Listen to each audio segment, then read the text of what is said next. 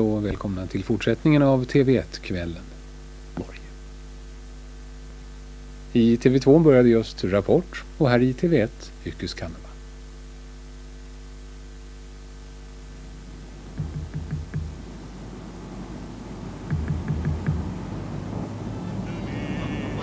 Kakkapaperi, kun tarvit niin muista taas mua. Ruusunhoitoisiin poskisiin, hellä kosketus kaipauksen tuo.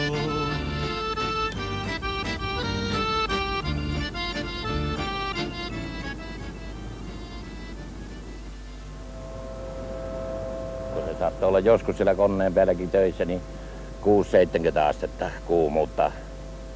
Ja siinä kun tiedät niin jatkuvasti vesi niin kuin saunassa, niin vuotaa, ei se mikään niin helppoa aina ollut. Vad är det som är så bra med just det här pappret? Ja, det är vår största basprodukt. Det är ED-dubbelgrepp. Det är baserat på retyrfiber som råvara. Den produkten är präglad, är mjuk, är perforerad, är därmed mycket miljövänligt. Väger ungefär 170 gram, så det är mycket bra för hushållen, sparsamt papper. Vad är det för, vad tillverkar den av? Ja, den är baserad på retyrfiber, så det är tidningar, journaler som vi bereder i vår massaberedning, tvättar, renar och kör den sedan på pappersmaskinen. Det är en miljövänligt papper, ekologisk rätt så att säga. Det kan man säga, ja. Är miljön lika bra för de som tillverkat det här pappret som det är för de som använder det? Ja, så den processen som vi har här för att kunna göra det här pappret, den är enastående i Sverige, Skandinavien. Och den är helt sluten. Man kommer inte i beröring med massan. Från råvaran till färdig produkt, en sluten process. Så att den är lika miljövänligt för stjärten och för den som tillverkar det och ja, helt klart. Naturen runt omkring. Ja, kan man säga.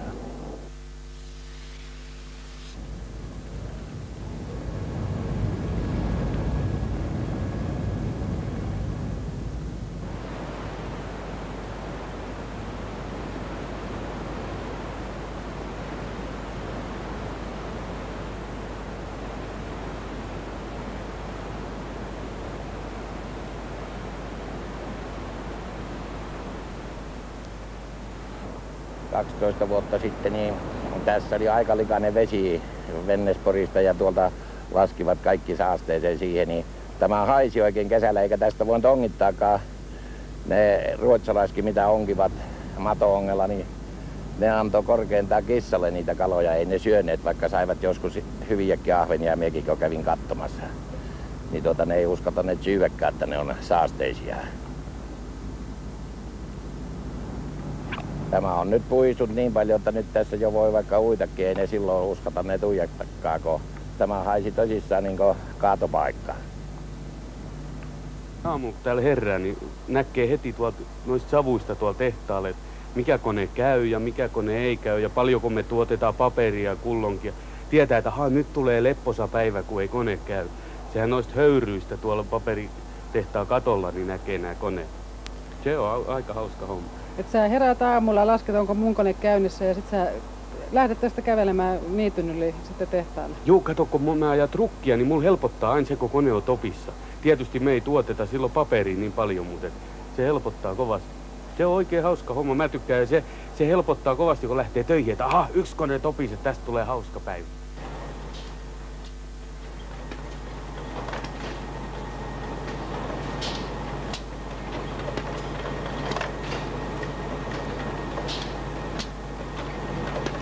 No se pölyy tietenkin nyt on.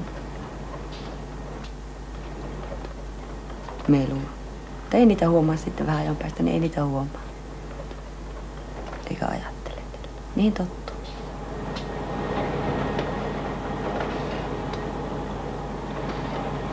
Största problemet som vi har idag, som vi hade även 1944, det var dammet.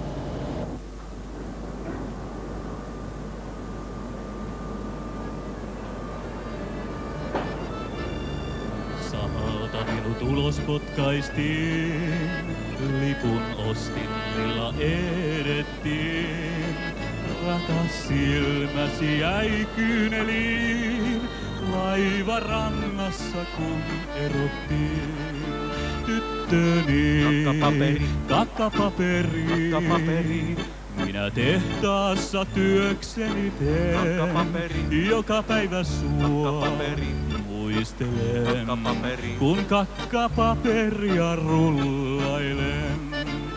Ja, det vi fann, det var vi faktiskt ganska förvånade över för att vi trodde så många andra nämligen att det här dammet kunde väl knappast vara farligt, utan det vi hittade då, det var att de som hade jobbat där länge, och det handlade då om personer som hade jobbat mer än 10 år i allmänhet och som hade jobbat där det dammade som värst, och vi hade satt en gräns som var då dubbelt så hög som det nuvarande svenska gränsvärdet, som vad vi menade med hög exponering, och vi fann att deras lungor, de fungerade lite sämre än de som inte hade jobbat där det dammade så mycket, eller de som hade jobbat kort tid.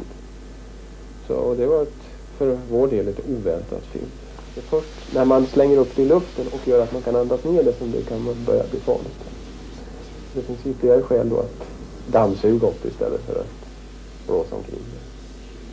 En del av dammet är naturligtvis så pass grovt så man har svårt att få ner det i de finare luftvägarna. De fastnar ganska långt upp i luftvägarna och hostas upp i stor utsträckning. Jag skulle föreställa mig att de här människorna känner när de snyter sig och när de hostar, att de hostar pappersdamm. Kyllä siellä on paljon pölyä. Kyllä sen näkee nenästään, kun tulee kotiin. No, mulle ei niin vaarallista ole, mutta kun koneella on töissä, niin silloin se on kyllä, että saa sanoa viikon jälkeen, niin tulee sen väristä pölyä nenästä, mitä on ajettu paperiin. Se on.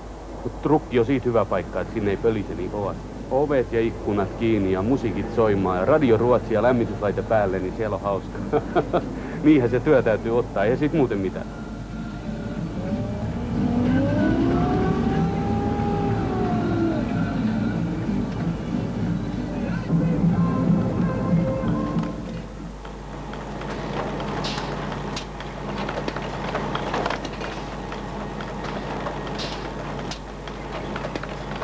Jokainen sen tuntee sen pölyn jossain. Nahassa ensimmäisenä se rupeaa kutkuttamaan, se menee niin kuin vaatteisiin. Ja sitten kun aika saa ollut, niin, tai tarvitsee olla kauan aikaa, niin se menee henkeen. Sillä lailla, jos ei yskitä, mutta kyllä se varmasti on. Sitten kun siellä on, niin sitten no, semmoinen niin kuin olisi nuha, limmaa. Kun lukee limmaa, niin sillä menee ees takaisin, ylös, alas, ei tuu pois. Eikä ole semmoinen niin vilustumisnuha, semmoinen, että se ei. Sitä on. Se on melkein kaikilla. 1948 så la vi in en ansökan till Arbetarskyddsfonden om hjälp till denna anläggning. Hjälp vill säga det att vi ville ha projekteringen och konsulthjälpen. Kostar 1,3 miljoner. Detta har alltså Edith AB lagt, men vi fick ingen hjälp av fonden. Jag har personligen varit uppe på fonden vid 2 tillfällen, men fått kalla handen.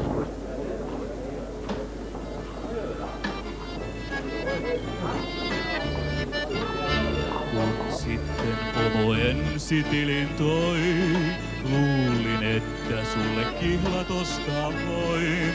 Mut vaikka kruunuja paljon oli niin, ne vastas arvoltaan kakkapaperiin. Tyttöni, kakkapaperi, ei kultakauppoihin huolittu lain. Mulle kuitenkin oot rakkahin, vaikka oisit vain avovaimonai.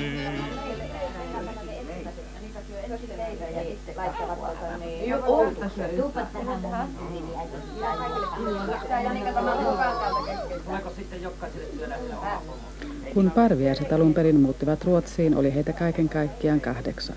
Isä, äiti ja 6 lasta. Jokainen heistä on joskus elämänsä aikana ollut paperitehtaalla töissä. Monet heistä löysivät elämänkumppaninsa juuri tehtaalta ja vuosien kuluessa on perhe kasvanut. Nykyään heitä on jo 12 aikuista ja lukuisia lasten lapsia. Perheen isäntä Eino ehti olla tehtaan palveluksessa 11 vuotta ennen kuin joutui sairauseläkkeelle 3 vuotta sitten, ainoastaan 47-vuotiaana. Perheen äiti Siiri joutui hänkin jättämään työnsä sairauden takia ennen 50. syntymäpäiväänsä. 11 vuotta vierähti häneltäkin vessapaperikoneen ääressä.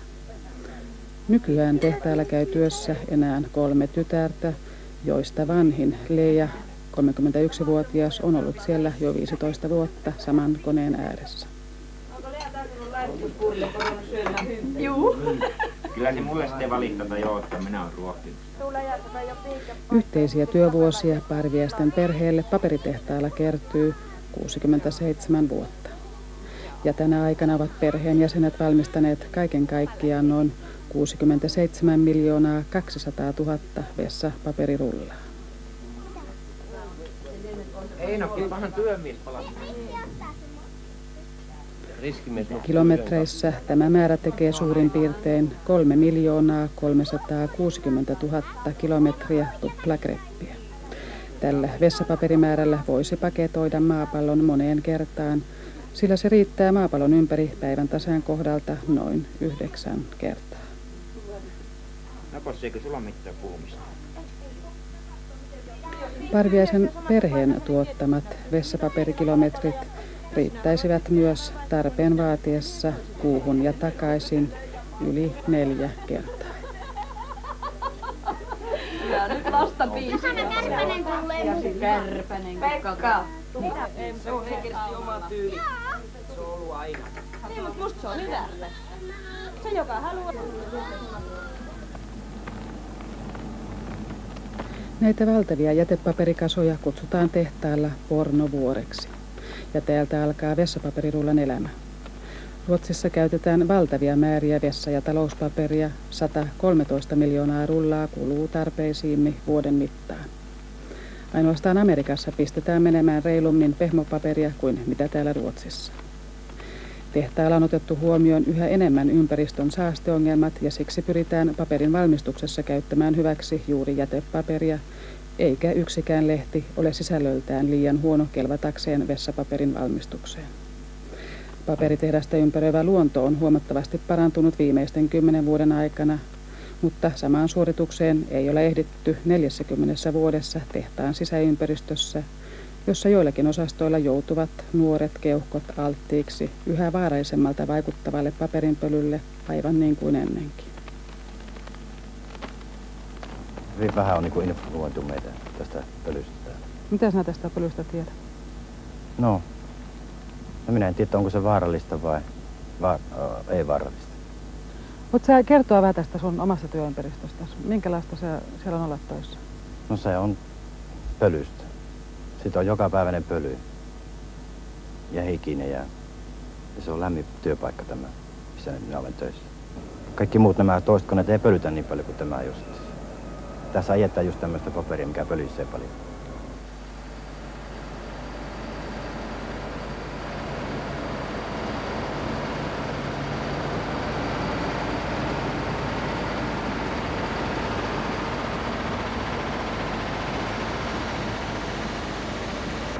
Tunsin silloin 72, kun alkoi talvella, että se rupesi niin ahistamaan ja erikoisesti just sitä lingaa vaihtaessa, kun siinä ne höyryt, kato, kun se tulee silloin sellainen puoli kostiana siihen, niin ne höyryt, kun käy henkeen, niin ne rupesi yskittämään. Ja minä kun siitä sanon kavereille ja pomollekin, että kun yskittää ja huomassa ne, kun siinä lingan vaihtaa kattarulta niin loppui ilma, niin ne vaan väitti sitä, että se on tupakassa se, jotta se tekee sen. Tupakan takia yskittää, mutta ei se kyllä me sitten tunsi itsekin, että ei se siitä yksistään joudu, että kai se on jotain muutakin. Onko sulla tutkittu keuhkoja? On. Me puhallettiin sillä semmoisen mittariin. Mä en tiedä mitä ne, jotakin tilavuutta ne mittasi. Sitten mä kävin keuhkoröntgenissä, mutta ei sillä näkynyt mitään. Kun mä kävin homeopaatille ja se tykkö sanoi, että mulla oli keuhkossa jotain. Mä sitten kävin kysyä remissiin röntgeniin ja mä kävin, mutta ei siellä ollut mitään. No tietysti kuumuus, kesäaikaa on, nämä kuuluu negatiivisiin puoliin kaikki kesäaikaan. Meillä on joskus niin kuumaa, että siellä ei hanki saatu töitä tehdä, saatikka oltua sitten. Kuinka kuumaksi se saattaa nousta se lämpötila? voi kuule astemääristä. En tiedä, joku mulla joskus sanoi astemäärin, mutta pirun kuuma on ja mä suomalaisena tiedän, kun mä tuolla saunassa hillulen, että se on lämmi tuolla tehtaalla. Että kun pakkaa meidän suomalaisillakin olemaan vaikeuksia se lämmön kanssa, niin saatikkas näillä muilla. Meillähän on parkkiintunut nahka, että pitäisi kestää kyllä. Ihdetin paperitehtaan työläisten keuhkoja on tutkittu jo usean vuoden ajan Göteborgin työlääketieteellisen klinikan toimesta. Tutkimusten tulokset tukevat vahvasti epäilystä, että jotkut pehmopaperin valmistuksessa esiintyneet tekijät ovat johtaneet siihen, että erityisen alttiiksi pehmopaperin pölylle joutuvilla työntekijöillä on taipumus kehittää restriktiivinen keuhkosairaus. Erässä tapauksessa on havaittu matala-asteinen keuhkofibroosi, mikä sekin vahvistaa epäilystä siitä, että tämä alttiiksi joutuminen saattaa olla yksi tekijä keuhkofibroosin kehittymisessä. Se kehittyy hyvin nopeasti sen jälkeen. No se kehittyy. Mä lopetin tupakanpolto sitten ja olin polttamatta, mutta se kehittyy vaan pahempaan päin. Ja sitten se kesäloma-aikaa juhannusta, paria päivää ennen juhannusta oli viimeinen työtuuri, sitten alkoi kesäloma. Kesäloma-aikana yöllä niin mennessä hengen tuketa kokonaan ja mä soitin, oli puhelinko lähellä, niin soitin sitten ambulanssia, ne vei sairaalaan. Ja sen jälkeen susta on tullut työkyvytön? Sen jälkeen on päivääkään virallista hanketyötä tehty. Siitä pölystä meille ei ole kerrottu mitään, sanottu ei ole mitään. Mutta silloin kun lehissä oli niitä jotakin, että se olisi vaarallista, niin sitten tuli semmoinen sinne kellokortin viereen, kellokortin kellon viereen. Ilmoitustaululle tuli semmoinen koneella tihiään kirjoitettu liuska ja siinä oli jotain, mutta kuka sitä jää siihen lukemaan. Silloin kun tulee, niin siinä ei ole eikä jaksa lukia ja pois lähteessä on kiire, niin ei jää lukemaan. Jos on päivällä aika, niin käy lukemassa, mutta ei sitä osaa. Sanomalla sanomaa ei ole tullut. Näiden 15 vuoden aikana mitä parannuksia sinne on tullut? On kai sinne tullut. Ainakin on sanottu, että tekevät ja on sitä nyt nähtykin, että sinne jotain tekee, mutta en mä vaikutusta minä en ole huomannut.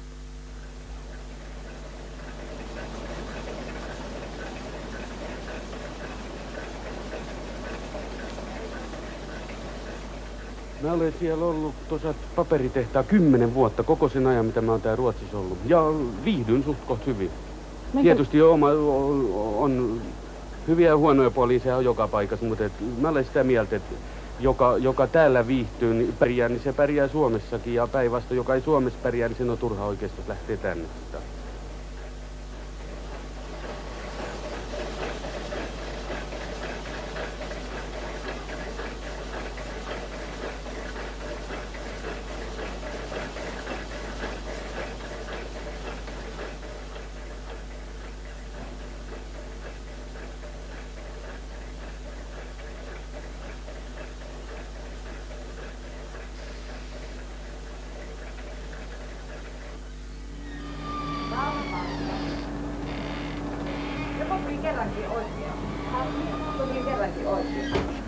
Kylläpä täällä on. Miksi et ollut pyhänä tanhuolituksessa? Pyhänä? No, mikä pyhänä? Mitsäkään? Roolettanissa. Niin se on Rolles oppiroikka. Torstaina jöitä. No sen parraaksi kai se tekee ne, toiset työkaverit. Tullaan hyvin toimeen keskenään ja ollaan oltu kaikki niin kauan. Ollaan tultu tutuksi. Tietää syntymäpäivät jokaisen, juhlitaan syntymäpäivät, pidetään pikkujoulut ja kesälomat juhlitaan ja sillä lailla. Ja vietättekö te myös ne vapaa-ajat tehtaan ulkopuolella yhdessä? No ei nyt niin varsinaisesti ole semmoista, mutta väkisellään se tulee. Kun on niin pieni paikka, niin sitä tullaan yhteen. Törmätään väkisellä. Entäs lauantai-iltaisin? No ne lauantai-illat, ne sitten menee monta lauantaita menee töissä. 2. 3. lauantai voi olla aina sillä niin vapaa. Se ei vähän, miten se seema menee. Ja jos niitä näkee vielä. Helvetti, että mua väsyttää. Etä ei väsyttä saa. Liivotako minä olen eilen leikannut ruohikon. Siellä mulla on monen jumi. Ja siinä se hiki tulee, kun ruohikon leikkaa. Meillä oli tanto täällä, niin että mikä se on.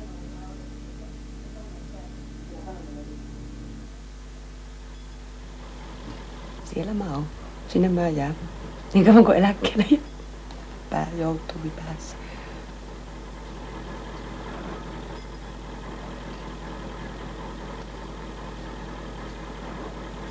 Onko sinulle koskaan kerrottu, mistä tämä sairaus johtuu? No sitä on, mä oon kysellyt lääkäriltä ja neko ei voi sitä yksistään sanoa, tai mistä se on johtunut, kun sitä on toisilla nuorilla sekä vanhemmillakin. Niin sitä on paha sitä alkuisuutta, mutta kai ne paljon epäilee, että niitä kemikaaleja nykyisin on paljon käytetään ja ne se on. Ja sitten kovasta työstä ja niin kuin tuollakin tehtaalla, kun kuumuudessa joutuu kovasti vetämään sitä yskottia ja sitten kaikkea, niin se kai se suuri on. Sitäkö sinä itse epäilet, että se on? Niin, mä pidän sitä kyllä suurempana syynä. Jos olisi ulkotyössä ollut sen, niin tuskin olisi tullut tätä. Mutta mistä sitä ei tiedäkään, kun ei lääkäritkään voi sanoa varmaan, mikä se alkulähe on. Sä joudut käyttämään näitä lääkkeitä ihan jatkuvasti. Tässä on tämä ensimmäinen, jos niin pitempään joutuu puhumaan tai kävelemään tai muuta, niin tätä kohtaa tätä pitää ensin ja ravistaa vielä tälleen.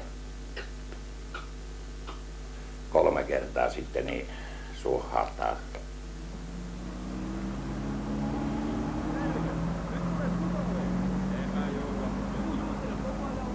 Niin kauan kun ihmiset syö ja paskantaa, niin meillä riittää töitä.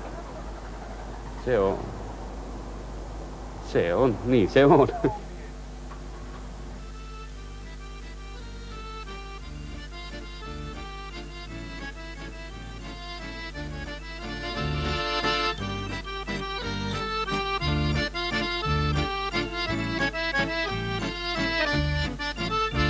Siksi unhoittaa et mua sä voi, koska tuplagreppi viestin sulle toi. Kesälomalla kun saavun sun luo, rullan paperia mukanani tuon. Tyttöni, kakkapaperi, tämän viestini sulle kirjoitan. Silmästäni pois kuivaan veen ja leiman kirjeesi alle mä teen.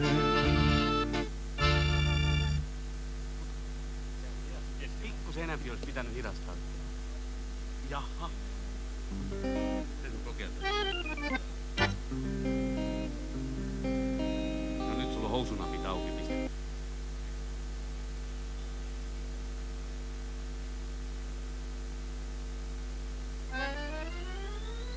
Kapo se parempi polkka. Ei se ole siinä uudistuksessa aina.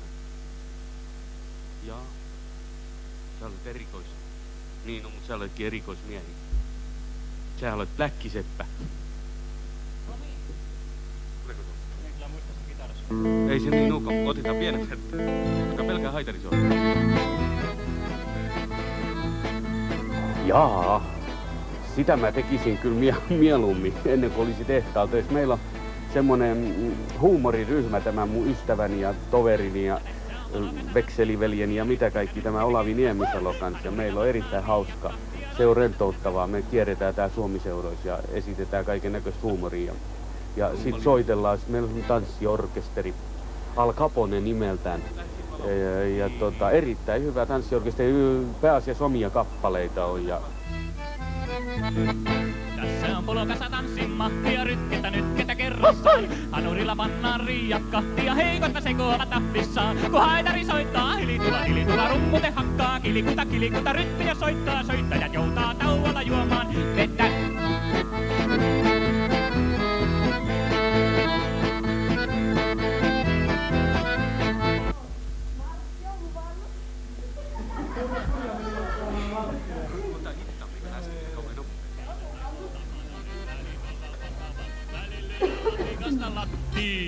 Soittakahan pojat sitä sottii siitä, niin minä näytän miten sitä tanssitaan. Näin.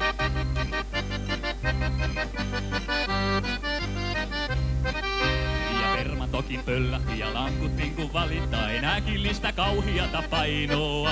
No piikalikka vastaan hankas, että repes hamekangas, et sä ole helluni mun ainoa. No jos et tuu, niin elä tuu ja ole sitten tulemaan, niin kyllä tämä poika uuden kullan saa. Ei niin suurta, ei niin sievä, ei niin silmän sänkyvievä, ettei olisi jotain aina parempaa. Ja sotti siitä soitettiin, ilta se pimiäksi ehti niin. Ja renki se piikaa pussaili, että viikon piikalikka houraili.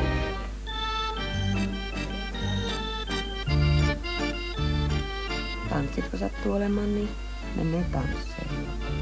Minäkin olen mieluummin kyllä aina sillä työporukassa sillä niin, että on keittiöllä kahvimyynnissä. Minä en ole mikään oikein hyvää tanssia. No, vähän reenaa sitten käy.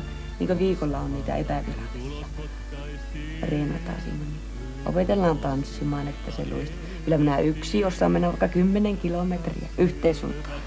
Mutta sitten kaksin, niin saattaa mennä pieleen. Tyttöni, kakkapaperi, kakkapaperi, kakkapaperi. Minä tehtaalla työkseni teen, kakkapaperi. Joka päivä sua, kakkapaperi.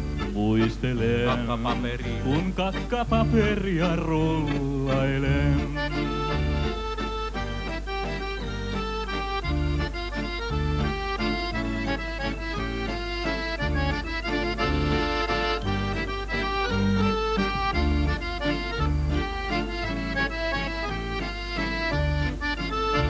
Kun sitten pomo ensitilin toi, luulin, että sulle kihlat ostaa voin.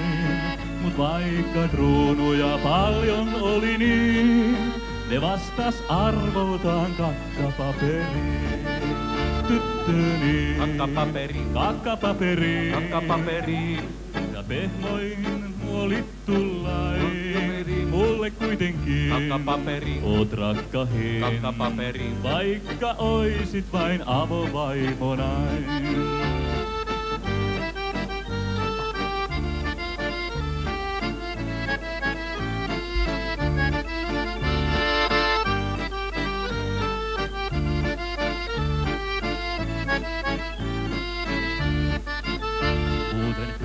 Minun täällä olla on, turhaan vuokseni olet onneton. Röntgenkuvanikin eilen nähdä sain, ja niissäkin näkyi kakkapaperia vain. Tyttöni, kakkapaperi, kakkapaperi, kakkapaperi. On pinta pehmoinen ihollasi, kakkapaperi. Mun topettävää, kakkapaperi. Pehmeys vain, kakkapaperi. Sen mä tuntea saan keuhkoissain. Hautajaiset ja kutsut ja vielä se ilmoitus lehteen, nehän järjestyvät melkein itsestään. Niin ja Tuijan ja Immun ongelmiahan nuo toisaalta ovat.